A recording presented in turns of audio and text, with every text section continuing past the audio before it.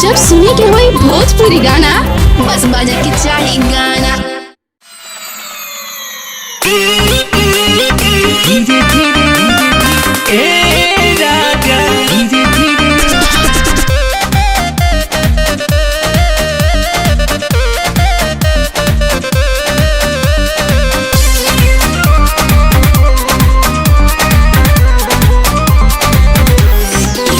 रहु रे सुहाग रतिया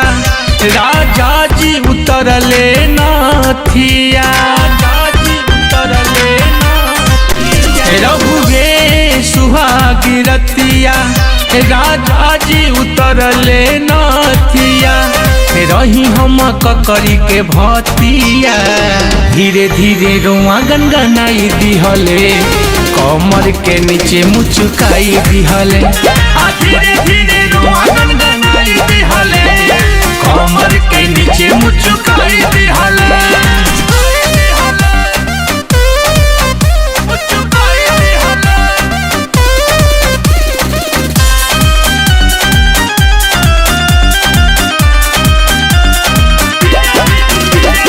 होली कना बलिया चुसी उठल लिया गलिया भी काट ली हले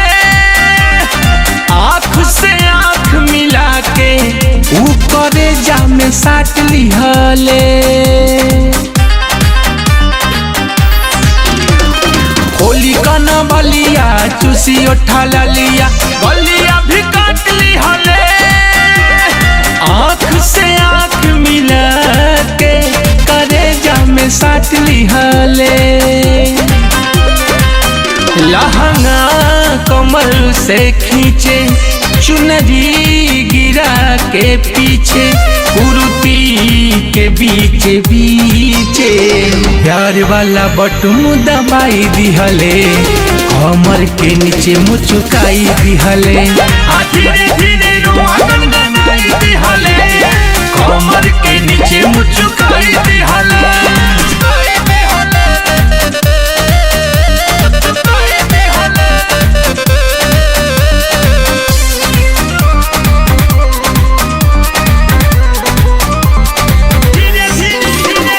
झाका झूमर में सिकरी टूटल गिर गइल बिंदिया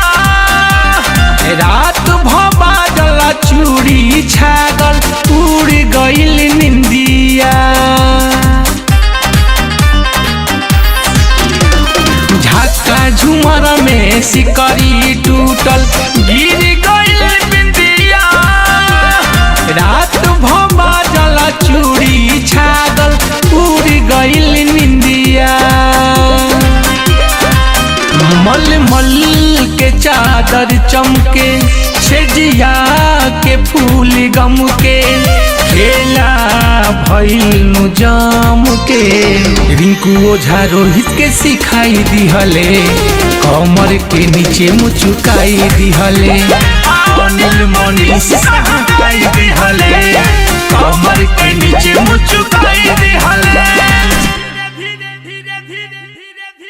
रहु रे सुहाग रतिया राजा जी उतरले नाथिया रही हम ककरी के भतिया धीरे धीरे रोआ गनगनाई दिहले